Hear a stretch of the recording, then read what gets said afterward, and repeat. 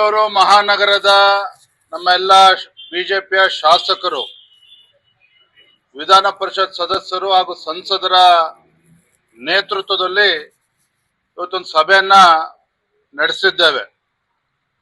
ಸಭೆಯಲ್ಲಿ ಚರ್ಚೆ ಆಗಿರ್ತಕ್ಕಂಥ ಪ್ರಮುಖ ಅಂಶಗಳು ಏನು, ಇತ್ತೀಚೆಗೆ ರಾಜ್ಯ ಸರ್ಕಾರ ಮೆಟ್ರೋ ದರವನ್ನ, ಟಿಕೆಟ್ ದರವನ್ನ ಹೆಚ್ಚಿಸಿದ್ದಾರೆ. ಅದರ ವಿರುದ್ಧ ಹೋರಾಟ ಮಾಡಬೇಕು.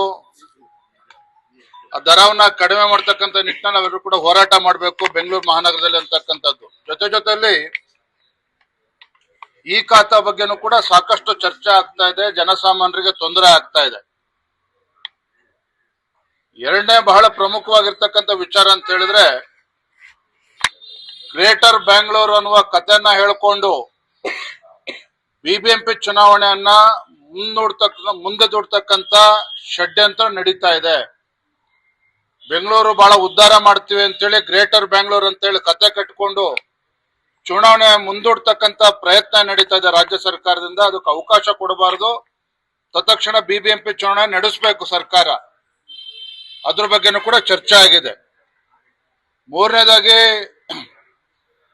ಇವತ್ತು ಬೆಂಗಳೂರು ಮಹಾನಗರದಲ್ಲಿ ಗುಂಡಿಗಳು ಮುಚ್ಚೋದಕ್ಕೂ ಕೂಡ ಈ ಸರ್ಕಾರಕ್ಕೆ ಆಗ್ತಾ ಇಲ್ಲ. ಪಾಟ್ ಹೋಲ್ಸ್ ಗಳನ್ನ ಮುಚ್ಚೋದಕ್ಕೆ ಸಾಧ್ಯ ಆಗ್ತಾ ಇಲ್ಲ. ಟನಲ್ ರೋಡ್ ಬಗ್ಗೆ ಮಾತನಾಡ್ತಾ ಇದ್ದಾರೆ. ಟನಲ್ ರೋಡ್ ಪ್ರಾಜೆಕ್ಟ್ ಅನ್ನ ಕೈ ಬಿಟ್ಟು ಇವತ್ತೇನೋ ಮೆಟ್ರೋ ವ್ಯವಸ್ಥೆ ಇದೆ, ಅದಕ್ಕೆ ಬೋಗಿಗಳನ್ನ ಹೆಚ್ಚಿಸ್ತಕ್ಕಂಥದ್ದು.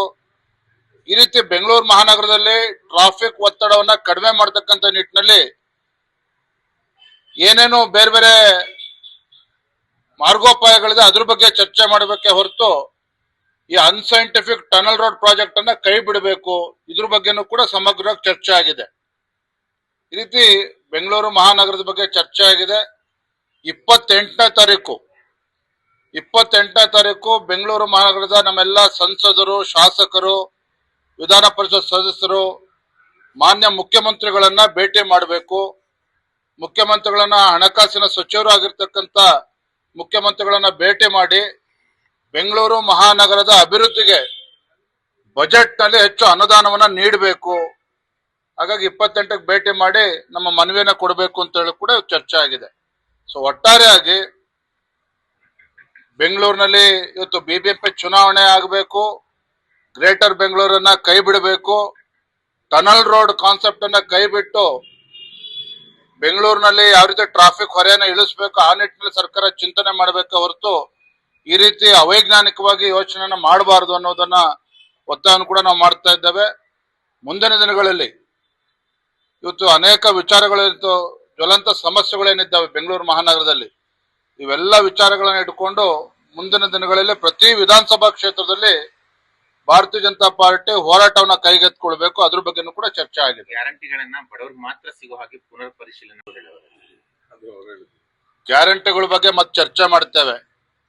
ಇವತ್ತು ಒಟ್ಟಾರೆಯಾಗಿ ನಮ್ಮೆಲ್ಲ ಶಾಸಕರು, ಸಂಸದರ ಅಭಿಪ್ರಾಯ ಮೆಟ್ರೋ ದರವನ್ನ ಕಡಿಮೆ ಮಾಡ್ತಕ್ಕಂಥ ನಿಟ್ಟಿನಲ್ಲಿ ಅನ್ಸೈಂಟಿಫಿಕ್ ಟನಲ್ ರೋಡ್ ಪ್ರಾಜೆಕ್ಟ್ ಅನ್ನ ಕೈ ಬಿಟ್ಟು ಮೆಟ್ರೋ ಬೋಗಿಗಳು ಜಾಸ್ತಿ ಮತ್ತೆ ಬೇರೆ ಬೇರೆ ವಿಧಾನಗಳು ಏನಿದೆ ಅದನ್ನ ಅನುಸರಿಸಬೇಕು. ಮೆಟ್ರೋ ದರ ಕೇಂದ್ರ ಸರ್ಕಾರ ಏರಿಸಿಲ್ಲ.